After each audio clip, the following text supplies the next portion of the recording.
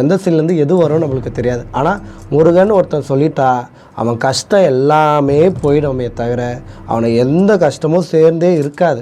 ஆனால் ஒரு சந்தேகம், லேடிஸ் எல்லாம் முருகரை வழிபாடு பண்ணுறதுக்கு யோசிக்கிறாங்க, 2 பொண்டாட்டி ஆகிடுமோன்னு. இது அப்படியெல்லாம் கிடையாது. நம்மளுக்கு மனசாட்சின்னு ஒன்று இருக்குது, சரிங்களா? எது நடக்கணுமோ அதுதான் நடக்கணும், எது மறைக்கப்படணுமோ அதுதான் மறைக்கப்படும், சரிங்களா? முருகருக்கு 2 பொண்டாட்டி இருக்குது, அதனால் முருகரை வழிபட்டால் 2, இதெல்லாம் முட்டாள்தனம், சரிங்களா? அதுக்கு ஒரு காரணங்கள் இருக்குது. காரணம் இல்லாமல் எந்த ஒரு விஷயமும் நடக்காது. ஓகே, ஸோ இந்த முருகரோட விஷயங்கள் வந்து ரொம்ப ட்ரெண்டிங்காக போயிட்டு இருக்கு இல்லையா? இப்போ நீங்கள் என்ன சொல்கிறீங்க, விபூதி வாங்க வேண்டாம், அந்த மணல் எடுத்துகிட்டு வந்தால் போதுன்றீங்க. பீச் மணல் எடுத்துகிட்டு வந்து வீட்டு வாசலில் கட்டினா நல்லது. அதே மாதிரி இப்போ உங்களுக்கு ஒரு கடன் பிரச்சனை, அந்த கடத்தை அடைக்கணும்னா நம்ம என்ன பண்ணுவோம்? கஷ்டப்பட்டு உழைக்கணும், ஏதாவது விளக்கு போடணும். கண்டிப்பாக முருகர்கிட்ட, அதாவது உங்கள் வீட்டில் வந்து பார்த்தீங்கன்னா ஒரு முருகர் சிலையோ இல்லை ஒரு ஃபோட்டோவாக இருந்துச்சுன்னா, அது கூட இல்லை முருகர் வேலு தான் இருக்குன்னா பரவாயில்ல, இன்னும் சூப்பர் தான்.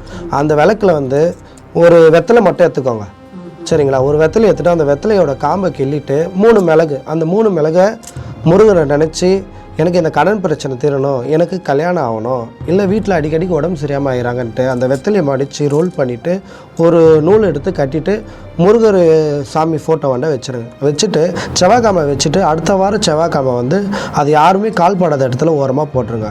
உங்களுக்கு அந்த ஒரு வாரத்துலேயே ரிசல்ட் வந்துடும், இல்லை அந்த ஒரு வாரத்தில் மறுநாள் ரிசல்ட் வந்துடும். ரொம்ப சந்தோஷம் தான் எனக்கு.